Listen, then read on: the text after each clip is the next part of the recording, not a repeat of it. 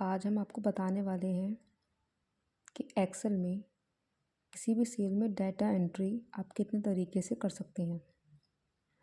तो हम सेल में सीधे सीधे निम्नलिखित 3 प्रकार की एंट्री कर सकते हैं। नंबर 1 है आंगिक प्रविष्टि, जैसे इंग्लिश में हम बोलेंगे वैल्यू एंट्री।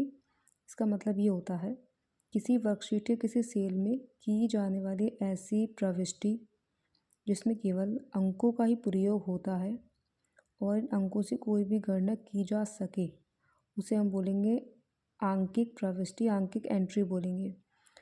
जिसमें 0 से 9 तक अंकों का प्रयोग आप करेंगे और इसे ही हम वैल्यू एंट्री बोलते हैं।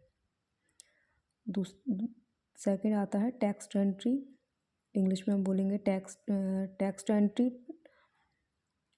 किसी वर्कशीट या किसी सेल में की जाने वाली ऐसी एंट्री जो किसी अक्षर अथवा विशेष चिन्ह से प्रारंभ होती है अथवा जिसमें अंकों का प्रयोग तो होता है परंतु इन अंकों से कोई गणना नहीं की जा सकती, उसे हम बोलते हैं टेक्स्ट एंट्री।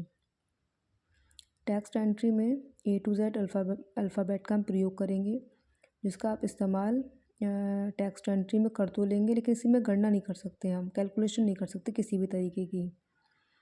मान लीजिए जैसे किसी का एड्रेस लिखना हो आपको, तो हम टेक्स्ट एंट्री के अंडर में ही करेंगे। और वैल्यू एंट्री का मतलब ये होगा, मान लीजिए किसी के नंबर जोड़ने हो आपको, किसी की सैलरी ऐड करनी हो, तो वो हम वैल्यू एंट्री में करेंगे। थर्ड आता है फार्मूला एंट्री। फार्मूला एंट्री का मतलब ये होता है किसी वर्कशीट किसी सेल में की जाने वाली ऐसी प्रविष्टि एंट्री जो इक्वल चिन्ह से, बराबर के चिन्ह से प्रारंभ होती है, उसे हम बोलते हैं फार्मूला एंट्री। जब एक्सेल में कोई भी शीट आप बनाएंगे तो फार्मूला आपका इक्वल से ही शुरू होगा, उसे ही हम फार्मूला प्रविष्टि या फार्मूला एंट्री बोलते हैं। इन शॉर्ट कह सकते हैं कि एक्सेल में आप सेल में 3 तरह की एंट्री कर सकते हैं।